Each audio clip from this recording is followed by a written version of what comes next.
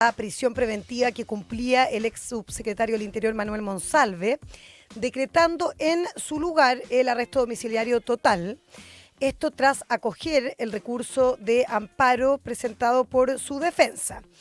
Bueno, el fallo de la Corte Suprema determinó que el pasado 2 de abril, cuando se revisaron las medidas cautelares de la ex autoridad, imputado por los delitos de violación y abuso sexual, el séptimo juzgado de garantía no logró el umbral mínimo de fundamentación asociado a la necesidad de cautela. Tras la decisión del máximo tribunal, porque claro, esto acuérdense que tenía dos instancias previas, uno en el séptimo juzgado de garantía y después en la Corte de Apelaciones también le habían negado la posibilidad de cambiar la cautelar. Ahora, tras la decisión del máximo tribunal de la Corte Suprema, Monsalve salió del anexo penitenciario Capitán Llaver, donde claro, se encontraba recluido hace 6 meses y emitió sus primeras declaraciones ante la prensa. Fue muy cuidadosa esta intervención, conversó previamente con su abogado para ver qué decía y qué no. Esta intervención bien corta que hace el ex subsecretario cuando se retiró del recinto penitenciario y reiteró nuevamente sobre su inocencia y enfatizó lo difícil que ha sido esta situación para él y para toda su familia. Yo creo que estar en prisión y estar incomunicado no es privilegio para nadie, pero desde el principio he dicho que estoy disponible a someterme a los procesos judiciales que corresponden. Quiero reiterar aquí lo que he dicho desde el principio. Por supuesto que hay una denuncia, las denuncias tienen que ser investigadas, pero quiero volver a sostener lo que he dicho desde el principio. Los delitos, respecto a los delitos que se me imputan, quiero reiterar mi inocencia y mi disposición, por eso está mi defensa aquí, a que la inocencia y la culpabilidad de una persona debe resolverse en los tribunales de justicia. Sí, desde el gobierno, la ministra vocera subrogante Aicén Etxeberri afirmó que como ejecutivo no les corresponde opinar sobre las decisiones judiciales, agregando que se trata de un poder autónomo del Estado y que sus determinaciones tienen que ser siempre respetadas.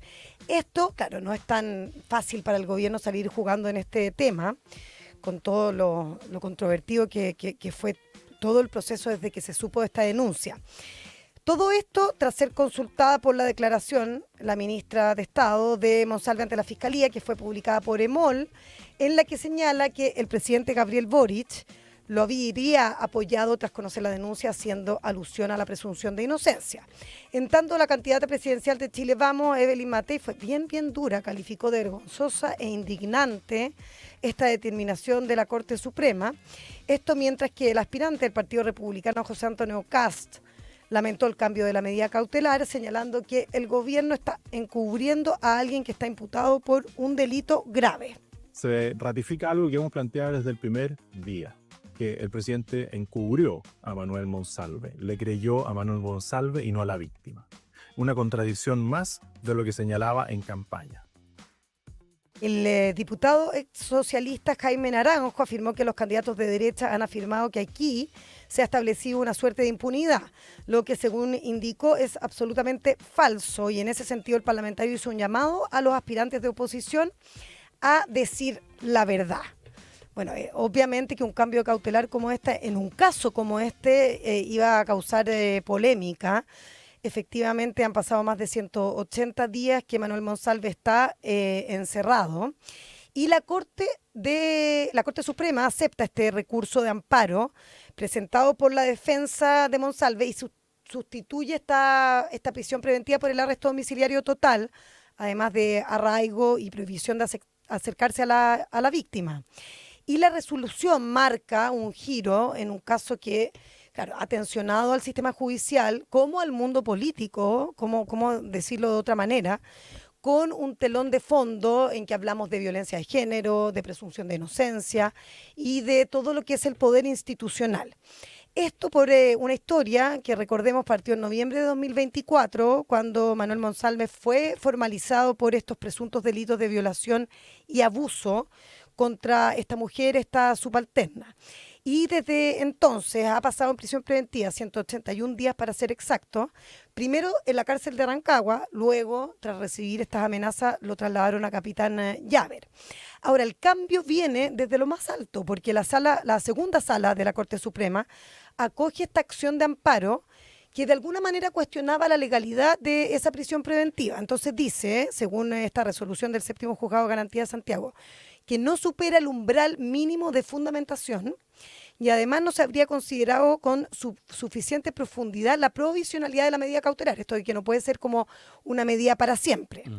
Entonces, esas dos razones son las que de alguna manera justifican que Monsalve deje el anexo penitenciario para cumplir con esta otra medida que es el arresto domiciliario total, arraigo y, como les decía, prohibición de acercarse o comunicarse con la víctima. Y esto obviamente es celebrado primeramente por su defensa, encabezada por el defensor público Víctor Providel, quien defendió la causa desde mediados de diciembre más o menos. Yo separaría en este tipo de cosas, pero estamos en año electoral y sé que es imposible que ocurra.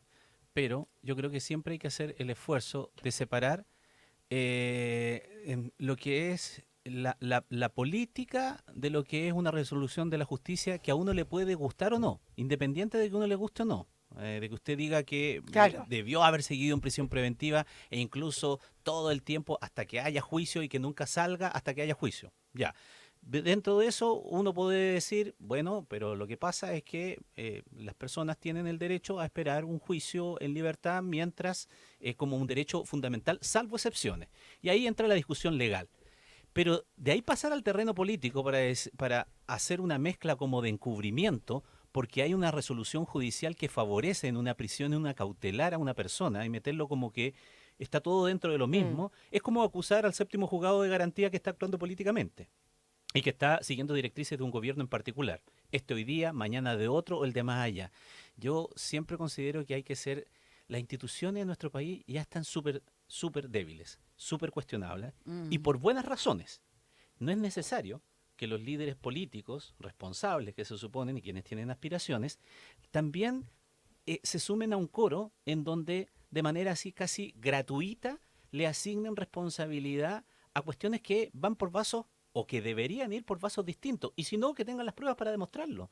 Porque si tú dices que cuando tú dices se está encubriendo al señor Monsalve porque le dan la libertad, le cambian la medida cautelar, estás diciendo que la justicia da lo mismo, la justicia sigue el actuar del De la gobierno política. de turno, de la política. Y estamos hablando de la Corte Suprema, po. Y estamos hablando de un amparo ante la Corte Suprema. O sea, no estamos hablando de un tribunal de garantía o un tribunal de primera instancia, estamos hablando de la Corte Suprema, o sea, nuestro máximo tribunal, que no creo que sea tan fácil de influir políticamente. Y de hecho, todos sabemos que hay muchas sensibilidades en la Corte Suprema como para que tomen una decisión así tan potente, digamos. Porque O sea, sumamos, Mónica, lo que estábamos conversando recién. Lo de también el otro amparo, Josefina Uneda. Entonces, no, también, lo que pasa es que ahí hay un actor político.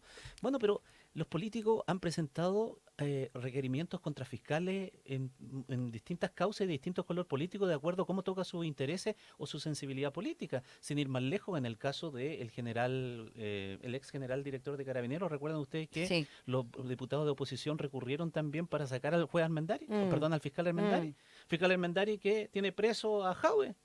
Entonces, uno lo acusa y por el otro lado también lo han querido sacar porque metió preso a Jaue. Entonces, es cierto, a uno le puede gustar o no gustar, estar de acuerdo o no, pero tal vez esto hay que discutirlo con argumentos jurídicos cuando son resoluciones judiciales en esa sede, porque mezclarlo todo, lo único que contribuye, a mi modesto modo de ver, es ensuciar más nuestra institucionalidad ya dañada, insisto, muy razonablemente y muy culpablemente por el mismo actuar ineficiente de muchas veces de ellos mismos. Pero no es necesario seguir gratuitamente en aquello. Ahora, el otro tema es que nos guste o no nos guste, los imputados tienen derechos y tienen recursos legales. Y por tanto, tanto Josefina Uneus como Monsalve hacen uso de los recursos que todos tenemos y tendríamos en caso de estar en una situación de imputados también. O sea, tampoco es que está utilizando algo que no exista para todo el resto de las personas. Subterfugios, claro. Un subterfugio o algo inventado. Es un recurso que todos tienen de alegar dependiendo de los argumentos que ellos consideren que son establecidos. Ahora, estamos en un momento en el sentido de que efectivamente hoy tenemos dos casos por el cual las distintas autoridades cuestionan de alguna manera esa probidad o ese actuar imparcial. ya sea De la justicia. claro, de la propia fiscalía, por qué el fiscal Valencia le pide la renuncia al Patricio Cooper, si está como cuestionado en el fondo el actuar de las instituciones, pese a que el fiscal Valencia tiene todas las atribuciones para quitarle una causa a un fiscal regional. Y asimismo, en este otro caso, inmediatamente se culpa a la Corte de estar actuando, entre comillas, políticamente en el caso de Manuel Monsalve, cuando además sabemos que efectivamente la prisión preventiva antes de es una prisión que no se puede perpetuar en el tiempo. Ujú. Ahora, salió una declaración de la abogada Santibáñez, que es la abogada de la denunciante, y en el fondo es súper escueta, y básicamente lo que ella dice, María Elena Santibáñez, es que la Corte, que bueno, que no les gusta el fallo, Claro. evidentemente, no les gusta que Monsalve esté libre, pero que dice, respetan, o sea, manifiestan respetuoso disentimiento de la decisión adoptada por el máximo tribunal, adhiriendo su voto de minoría, que estuvo por mantener la prisión preventiva, pero dice que lo más importante es que en el fondo no cuestiona los hechos por los cuales se está investigando a Monsalve, Claro. sino que es la manera en que se justificaron las medidas cautelares que estaba recibiendo como imputado. Y esa es Punto. una interpretación netamente Claro. jurídica, es decir, el cuestionamiento de fondo, las pruebas, los antecedentes apuntan hacia eso. Otra cosa es que la medida cautelar sea cumplida en uno u otro lado, que insisto, puede gustarle más a uno o a otro, pero que ya es una decisión más accesoria en el punto de vista, porque queda la impresión de que aquí no ha pasado nada y que el caso se cayó y que se fue para su casa y es libre Y e claro que inocente. no, por Eso no supuesto es que así. no. O sea, de hecho, uno de los abogados asesores del Ministerio Público fueron bien enfáticos en señalar precisamente eso, que esto, claro, es una decisión de la Corte, pero que la investigación sigue vigente, que hay varias diligencias pendientes todavía y que están en el fondo haciendo todos los trabajos para presentar esa acusación. O sea, están muy firmes con lo que ellos consideran aquí fue una violación y que hubo abusos sexuales. Y recordemos que aquí hay al menos dos aristas más pendientes, Ujú. que es la utilización de los gastos reservados, que sí. también está en investigación, que le puede caer también a Monsalve por eso, y además también toda la manipulación o no del tema de las cámaras, de las instrucciones que se dio por ley de inteligencia y todo aquello. Ujú. Ahora, solamente para cerrar, Monsalve va a tener que estar ahí lo que resta del plazo de investigación En Viña del Mar, de en hecho. Viña del Mar, en su casa en Aguasanta. Va a tener que estar más o menos hasta comienzos de julio, porque ahí termina el plazo de investigación. Yo creo que ya no se puede pedir, entiendo, otra prórroga. Y llegó en compañía de su hija y de su esposa a ese departamento, y ahí va a permanecer, a pesar de que los vecinos no estaban muy contentos. Conexión Tele 13. Bien, le contamos ahora que con 4 votos a favor y 1 en contra, la comisión revisora de la acusación constitucional en contra del delegado presidencial de la región metropolitana, Gonzalo Durán, recomendó aprobar el libelo acusatorio en la votación que se va a realizar este día martes, mañana, en la sala de la Cámara de Diputadas y Diputados a partir de las 10 de la mañana. La acusación contra Durán fue presentada por 11 diputados de la oposición y se enmarca en la eventual responsabilidad de la autoridad en los incidentes que terminaron con 2 fallecidos durante la previa al partido entre Colo-Colo y Fortaleza el pasado 10 de abril. En la sesión final de la comisión revisora, los diputados acusaron conductas omisivas y falta de diligencia por parte de Durán al no suspender el partido de fútbol, mientras que el único voto en contra del frente amplista, Patricio Rosas, manifestó que no podemos estar buscando provecho político con la acusación.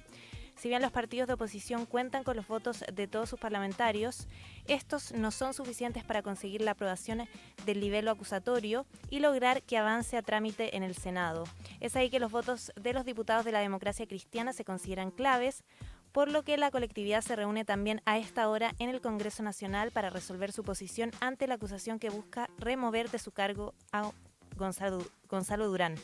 En ese sentido, el secretario general de la UDI, el diputado Juan Antonio Coloma, emplazó a los parlamentarios de la colectividad a no volver a sucumbir a las presiones de la izquierda y agregó que esperan que quienes han comprometido su voto cumplan mañana con la votación. Ya, bueno, ninguna sorpresa de que la comisión revisora votara a favor del libelo, porque era 4 de oposición y 1 del Frente Amplio, Patricio Rosas. El resto eran de la UDI, Renovación Nacional y Republicanos. Por tanto, no hay ninguna sorpresa con lo que ocurrió hoy día. Y lo que lo que está en juego es lo que va a ocurrir mañana a las 10 de la mañana, y es quiénes van a votar. Lo que al parecer va a pasar es que no sería aprobada, producto de que los votos ni de la DC ni de demócratas estarían para aprobar esta acusación constitucional en contra de Gonzalo Durán. Y hay varios argumentos por qué no ocurriría esto, y fundamentalmente tienen que ver con el hecho de lo que hablaba su abogado hoy día, fue unos días atrás, el abogado Cox, explicaba que en el fondo no se cumplen los requisitos para que pueda ser para que pueda, digamos, hacerse esta acusación constitucional, porque a ver, por aquí lo había anotado yo, ahora se me perdió el dato, pero en el fondo para que acá está. Para que un delegado presidencial, que no es lo mismo que un ministro, que no es lo mismo que un presidente, ¿ya?, pueda ser acusado constitucionalmente, tiene que infringir directamente la Constitución y no una ley. Y como Gonzalo Durán, a raíz de la modificación de la ley del Ministerio del Interior y con la dictación de la ley del Ministerio de Seguridad Pública, a partir del 1 de abril se le había quitado ya la función de velar por el orden público como delegado presidencial, los hechos ocurren el 10 de abril, entonces ya no hay como una base realmente legal para fundamentar esta acusación constitucional. Ningún sustento ni jurídico ni fáctico. Ni fáctico. Eso es lo que argumenta el abogado, lo que es bien sólido. Y además ha habido todo tipo de gestos. Para empezar, la democracia cristiana había exigido, ¿te acuerdas que entrevistamos a Eric Aedo? Exigía las disculpas de la presidenta del Frente Amplio, Constanza Martínez, por haber acusado y haber establecido como un lazo entre Procultura, el escándalo de Procultura, y la democracia cristiana. Bueno, Constanza Martínez se disculpó. Por tanto, ahí ya se arregla bastante la situación. Ahí bajó el fuego amigo, porque estaba bien arriba en su momento. Exactamente. Bueno, a esta hora más o menos está reunida la DC, como decía la Asunción, pero la verdad que ya hay diputados como Héctor Barría, jefe de bancada, que dice que con el gesto de Martínez se le cambia importantemente la fuerza al libelo, y se han bajado las tensiones, dicen, ayudan a distender el ambiente. Y dice Aedo que las palabras de Martínez hicieron que el libelo perdiera fuerza. Es bien fuerte, bien contundente el argumento ese, de que, bueno, los tiempos, cambio de ley, otras atribuciones, ¿quién me va a asignar? Zafas por ese lado, que es bastante contundente de ese punto de vista. Uno sabe que esto es una acusación que tiene que fundamentarse jurídicamente, pero que al final también es necesariamente política, y uno podría insistir sobre aquello, igual van a haber votos y tal vez abundantes, iba a decir, que vayan, pero va a ser una división al final netamente política. Va a ser política. Va a ser política. La DC ya decidió que, al parecer, vamos a ver qué decide, pero... Tenemos que contar esos votos. Tenemos que contar los votos. Pero, por ejemplo, la bancada demócrata también están resentidas con Chile Vamos. Entonces no le van a apoyar el libelo porque consideran que no ha habido gestos suficientes hacia ello en términos de la negociación parlamentaria. Pero esa es otra cosa. Por eso, político te estoy diciendo. Por eso te digo. O sea, cero hablar de si Durán hay causal o no hay causal. Exactamente. Claro. Es que a eso voy yo, que al final cuando tú después justificas o tratas de justificar tu voto a favor o en contra jurídicamente, ahí es donde se ve realmente si tu posición es política o no. Porque si tu argumento jurídico es muy feble, está claro que son otras cuestiones las que priman en ese caso. Vamos a ver qué sucede entonces. Mañana, desde temprano, vamos a estar preocupados de esto a partir de las 10 de la mañana. Bueno, antes de saludar a nuestros auspiciadores, contémosles una noticia así cortita de último minuto. Bueno, lo subimos en la mañana, pero también es interesante mencionarlo. Y es que el presidente Gabriel Boric anunció que se va a cambiar de casa. De barrio. Sí, se va del barrio Yungay a vivir a otra comuna, la comuna de San Miguel, porque está pronto a nacer su hija, Violeta. Y han decidido, junto a su pareja, Paula Carrasco, cambiar de vivienda. Van a vivir en San Miguel, está más cerca de la casa de los abuelos de la primogénita del presidente, que viven en San Joaquín. Por tanto, van a cambiar, dice, la casa de soltero por una casa diferente. Ahora, no se sabe si va a ir a vivir, dice que el presidente contó que había andado en bicicleta por el barrio, que le gusta mucho, donde va a vivir, pero tampoco se sabe si va a ir a vivir allí después de que incluso deje el cargo, pero podría Ya. ser antes o después. Antes o después, eso todavía no está claro. Pero estaría motivado por el nacimiento de su hija. Parece que no le gustó el barrio Yungay para criarla. No, pero hay una cuestión práctica acerca de el apoyo familiar. las Lo redes. que le pasa a todo el mundo. Obvio. La O sea, comunidad, que es presidente, tan no sea, no. importante. En algún instante necesitas que te ayude alguien. Y si está cerca, mejor. Supongo que estará dentro de la evaluación.